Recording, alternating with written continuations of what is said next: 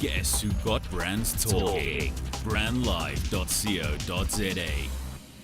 Good morning, everyone. You have tuned in to the WITEE Chatterbots show, Women in Tech Empowering Everyone.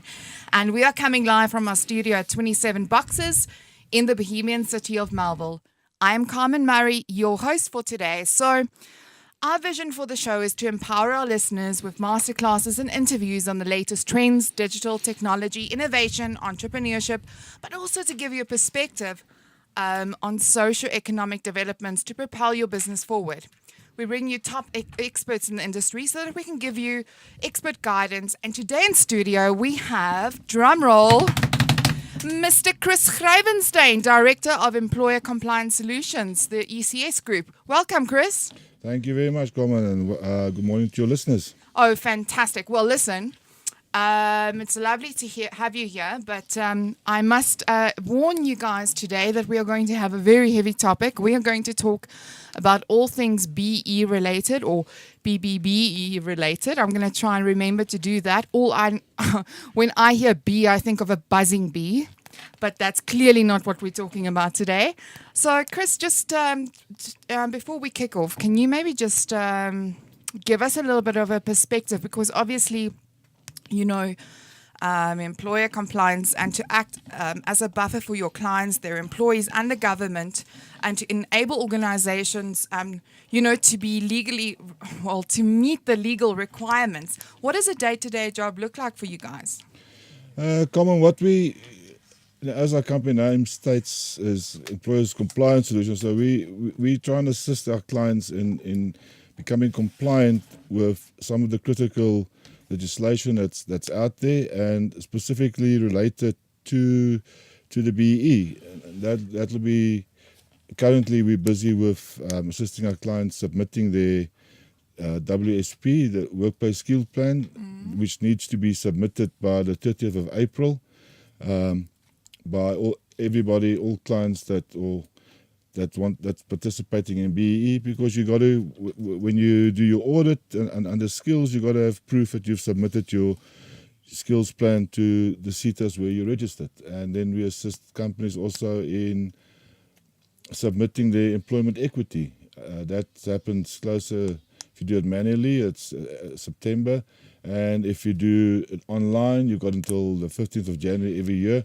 And that also proof needs to be submitted when you do your BE certificate. So we assist companies in doing that as well. Wow. The skills plan is not it's not compulsory to submit, but there's benefits because you can get money back from the skills that you pay monthly.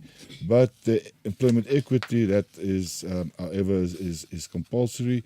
And if the Department of Labour should come around to a business and find out that you haven't got a skills plan, you haven't done submissions, there's quite a hefty fine that they can impose on. And we don't want fines, do we, audience? Let's try and find out a little bit more today as to how we can be more compliant. And I think it's great having you here, giving a very different dimension. So maybe you can start off by explaining what BE briefly is, what it stands for, and also maybe some interesting background around BE and how it all started. I mean, in short, the BE stands for the Broad-Based Black Economic Empowerment. It's quite similar to an initiative which was started in Malaysia. I think it's in the late 50s, early 60s, where Malaysia was quite a similar history to South Africa's, where the Chinese were the minority, but they controlled the economy, and the Malays were the majority, and they had almost no say in the economy.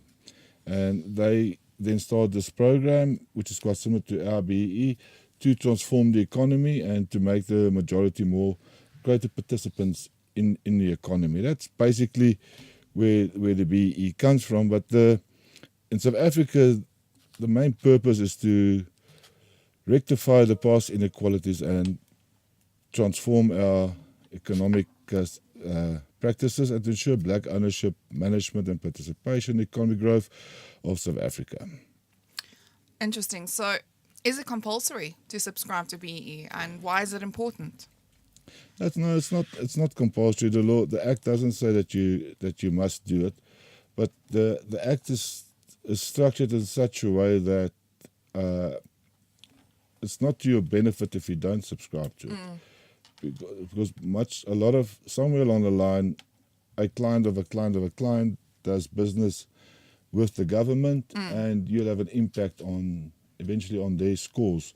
So your clients will basically ask you to do BEE, and if you don't subscribe to it, you might end up losing business. So Exactly. So you're not forced to do it, but there's definitely more positives to it if you understand it than what there are negatives to it. 100%. And I mean, just to add to that, I also think that it's so interesting, when you are BE compliant and you're doing these things, it has a very positive impact on society and fixing things up, from the past.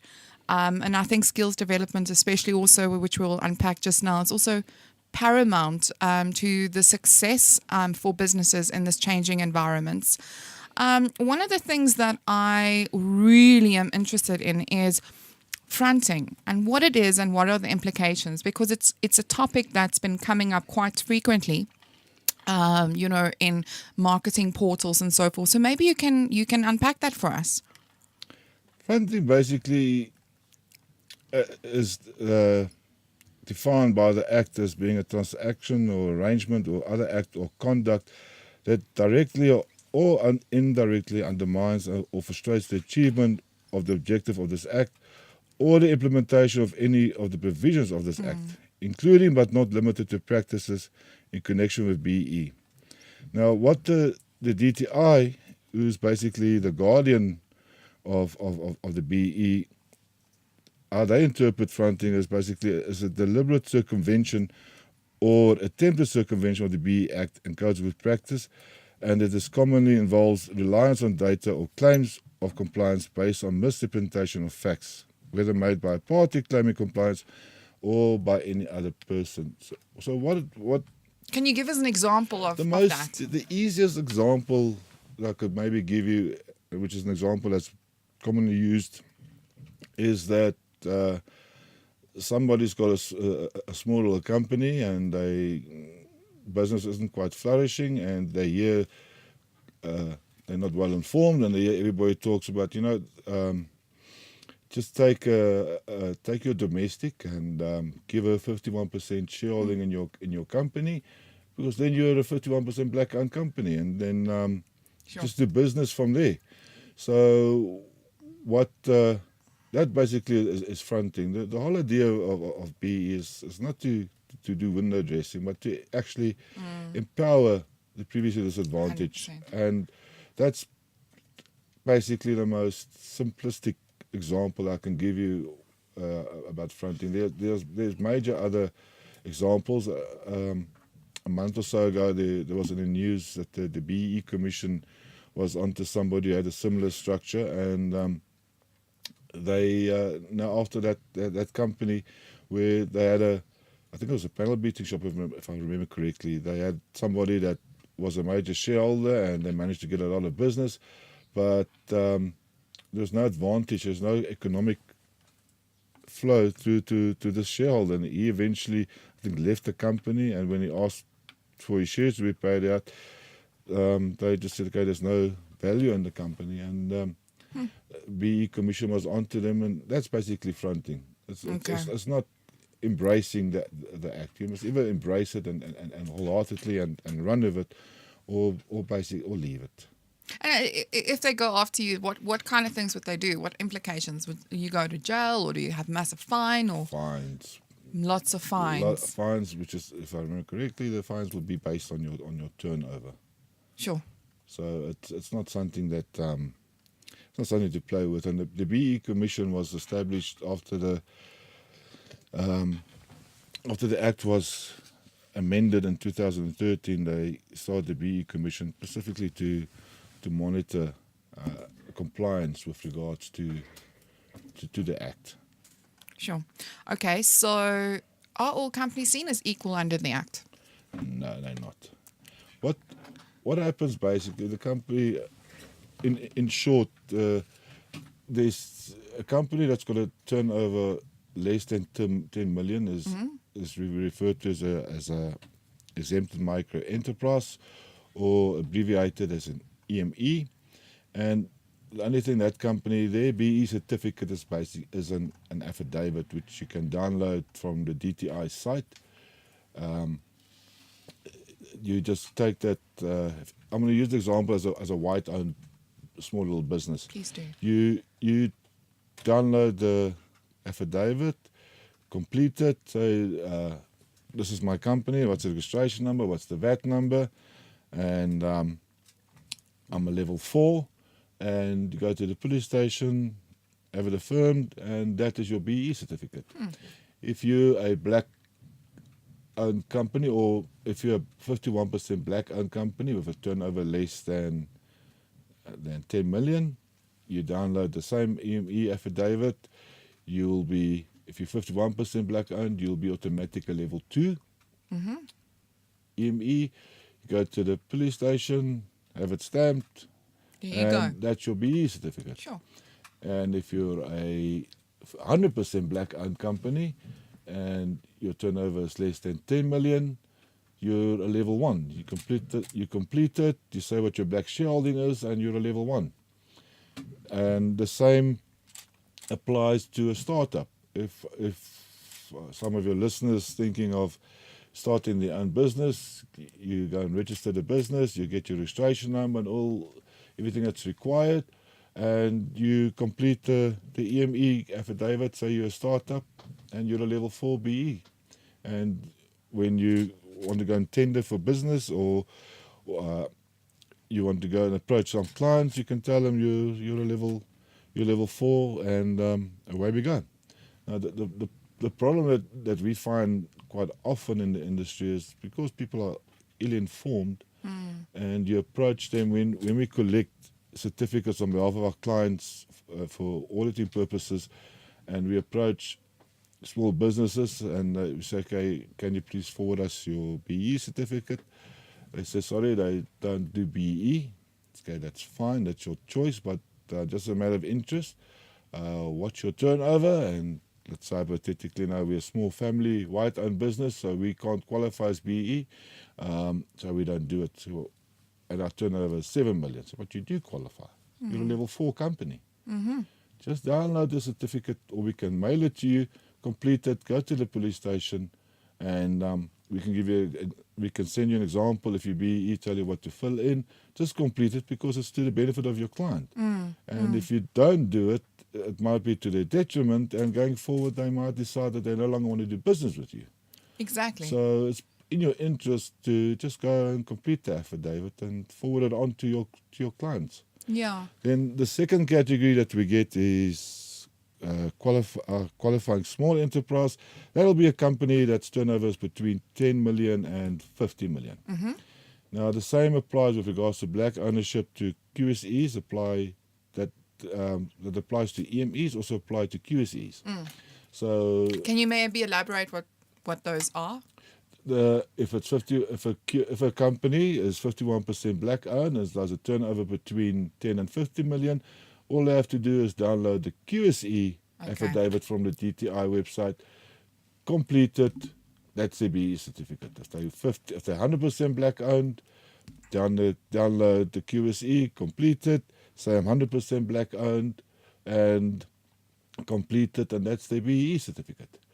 Unfortunately, if you're less than 51% black owned, you are in for a full BE audit on all 5 elements. And this is where the complications, I think, comes in, is about the measurability and when you have to get audited. And tell us a little bit more about that and what that process is. Before we move on to that, I just want to get to the third category. Oh, quickly. I apologize. No. I'm jumping. I'm getting excited. No, Okay. the third category is generic enterprise, which is where a lot of companies lie, and that's a company with a turnover of bigger than 50 million turnover, and they're also in for a full audit. That is in respect of whether it's a 51% black owned or 100% black owned. Okay. Currently, as the Act stands at the moment, they're in for full audit on all 5 elements. Yo.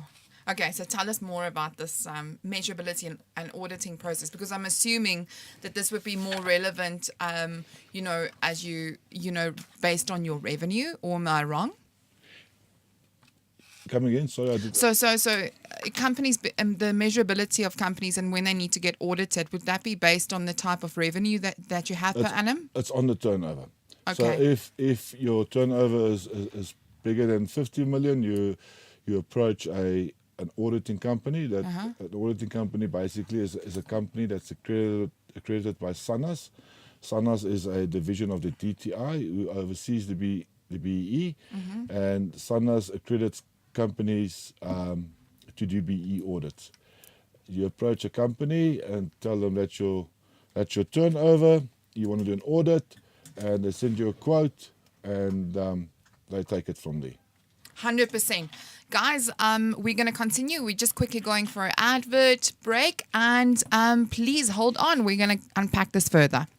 You're listening to brandlive.co.za, an industry first in the world of internet radio. Not only are we an internet radio station, we are an internet radio platform for your brand. So why not expose your brand to potentially thousands of listeners and improve your customer relationships and brand equity with podcasts and live broadcasts? Be sure to check brandlive.co.za for more information. brandlive.co.za, harnessing the power of internet radio.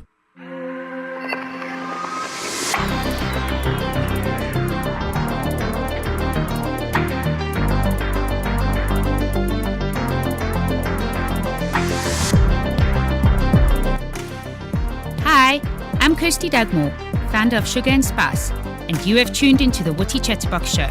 Women in tech, empowering everyone. Don't miss out on this amazing, awesome show. Every Tuesday, 10 a.m. on Brand Live Radio. Cheers. Making a bold statement yet blending into the surrounding suburbs of Melville, 27 Boxes is a realization of edgy design and practical implementation. A radical departure from the shopping malls of our generation, yet not a return to the high streets of our youth. 27 Boxes showcases the best of a shopping centre set in a garden, surrounded by the bohemian suburb that is Melville. 27 Boxes, shop, play, eat. You're listening to brandlive.co.za. Good morning, everyone. For you guys who have just tuned in, we are sitting here with Chris Gryvenstein from the ECS Group, talking about BE and how to be compliant and everything that you need to know.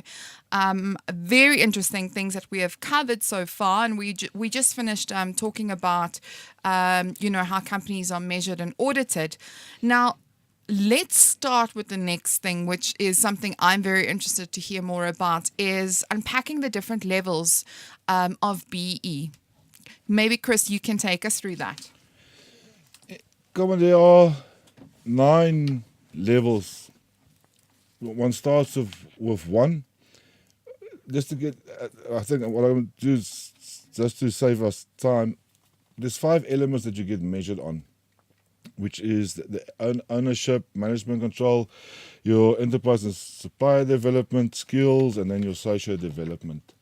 Now, there's points allocated to each one of those elements, and then when the audit is finished, then they count how many points you've got, and that'll put you into a category. Now, level 1 is if you've got more than 100 points, you'll be a level 1 entity. And your BE recognition level will be 135%. Now, I'll explain the BE recognition levels just now. Then level 2 is if you get between 95 and 100 points, you'll be level 2 with 125% recognition level. And level 3 is 90 to 95 and 110% recognition level. And then level 4 is 80 to 90 points, which is 100% recognition. And level 5 is 75 to 80, and that's 80% recognition level. And then we have a level 6, which is 70 to 75 points, and that's a 60%. Level 7 is 55 points to 70 points, and that's 50% recognition level. And then we have a level 8, which is 40 to 55 points, and then that's 10%. Now, if you score less than 40, you've basically wasted your time and you'll be non-compliant and your certificate won't be worth the paper that it's printed on. Now, under those elements, for the generic, there's 3 priority elements. The ownership is a priority element, skills development is a priority element, and enterprise and supply development is a priority element. For a generic, there's sub-minimums that you've got to reach under those priority elements, and if you don't reach them, then you get disqualified with 1 level. For as I say, generics, they have to comply with all 3. That's the ownership, the skills development, and the enterprise and supplier development. A QSE has to comply with ownership, and then one of skills development and enterprise development. They've got to comply with the sub-minimums that the Act makes provision for. Now, just to explain to you then briefly where the recognition levels come in.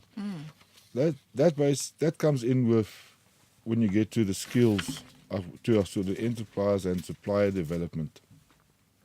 That enterprise and supplier development is measured on where does a company spend its money.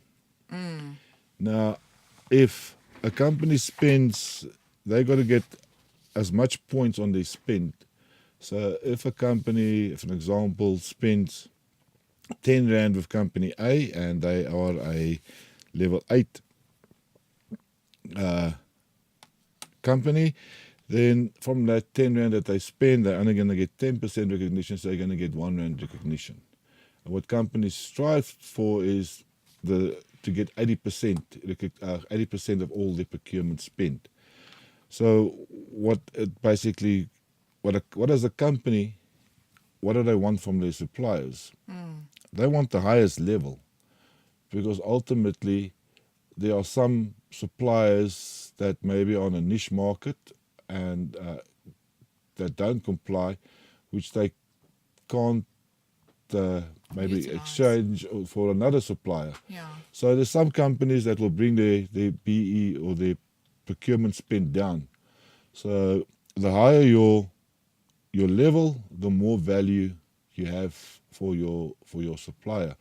I can just go back to on that spend, on the recognition levels also. I just want to use the example of, let's say a company is 51% black owned, and which will be a level 2 company, and you're doing business with a generic company, with one of these large banks, for argument's sake.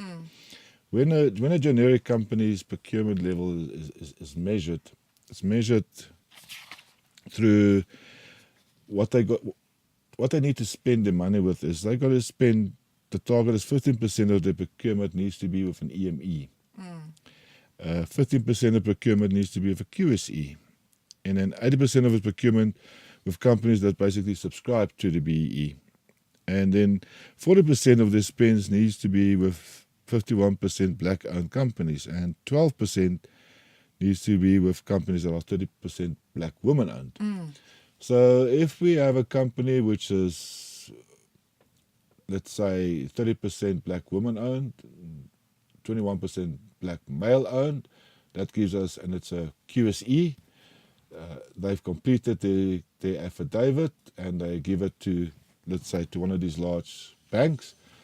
They cover the QSE for the bank on their procurement, the 80% procurement spend with an entity, the 51% black owned spend with an entity, and the 12% black women spend with an entity. So what a big enterprise is looking for, what's the ultimate supplier, is 51% black owned companies with 30% black women owned. So there's lots of incentives for especially black women to go out there and make a mark for themselves. As they get the BEE certificate, approach big corporates, tell them who they are, I think it's exceptionally interesting because I think that there's this perception like, it's only about the ownership. I think there's so many other contributions. Obviously, yes, you have to empower, but there's so many different levels of how you can, work on your BE scoring, which I find fascinating. I think the misperception is it's people are always scared for the unknown.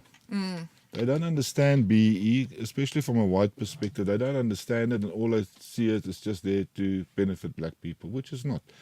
There's room for companies. Under the ownership, there's a sub-minimum. It's for the target on not to get disqualified is 26% is the target. The sub-minimum is 40%. Now 40% of the 26% basically equates to 10%.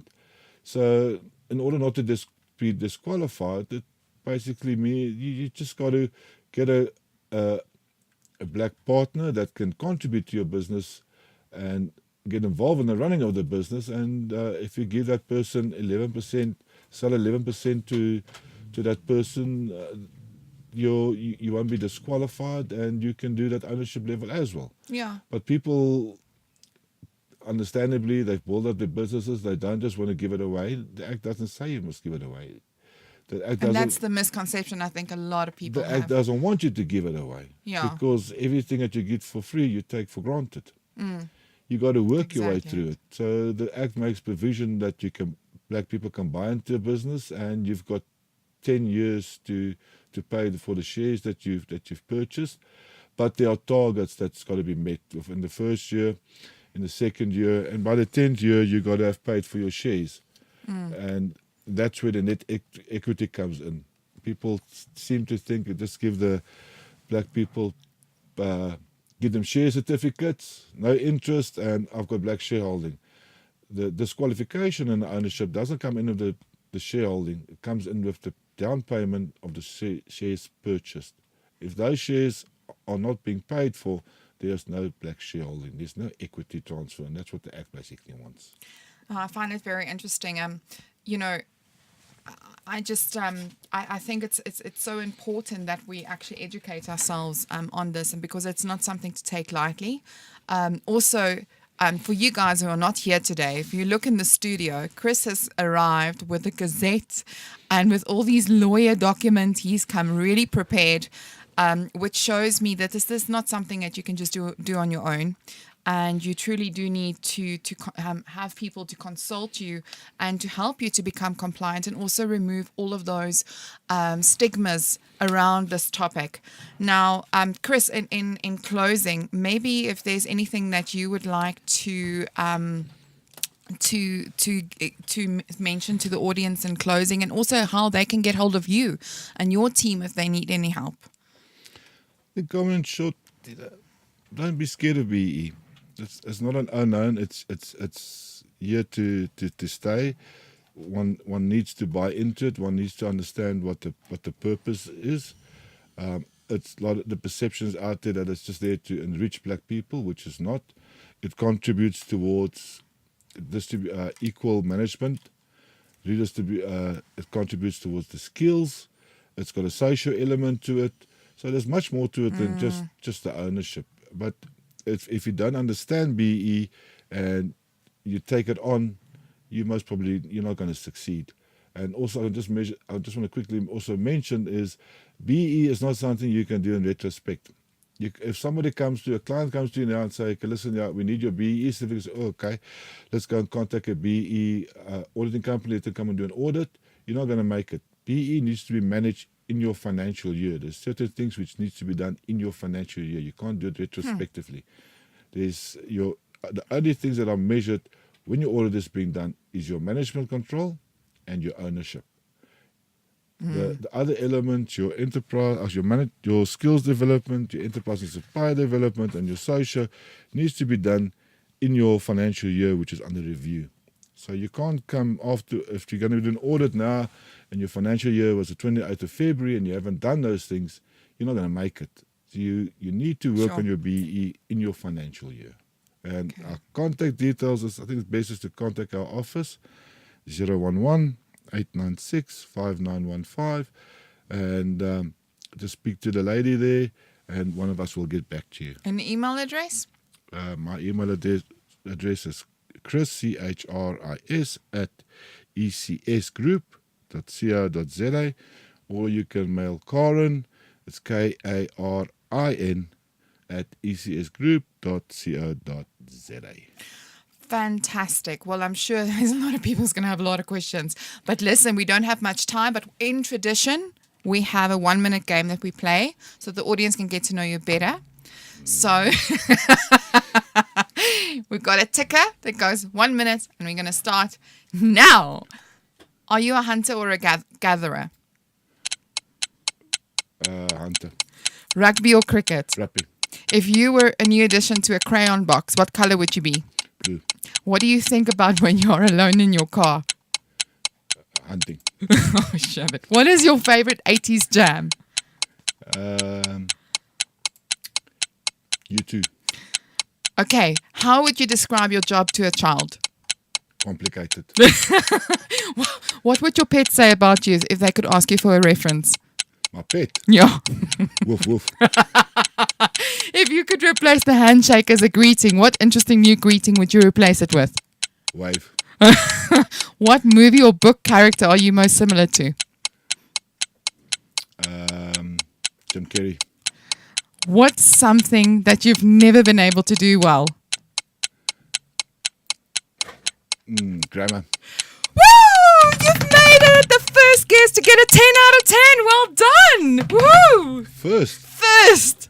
We've never had it. So, you have a 10 out of 10. Well done, Chris. Oh, let me pat on my back. Now you can come back again, okay? Anyway, guys, thank you so much for listening in. We will be converting the show into a podcast in the next couple of days, and then we will distribute it. So enjoy, and then hopefully you can take notes from the podcast because there's quite a lot to learn from it. Thank you very much. Bye. Harnessing the power of talk radio. Brandlive.co.za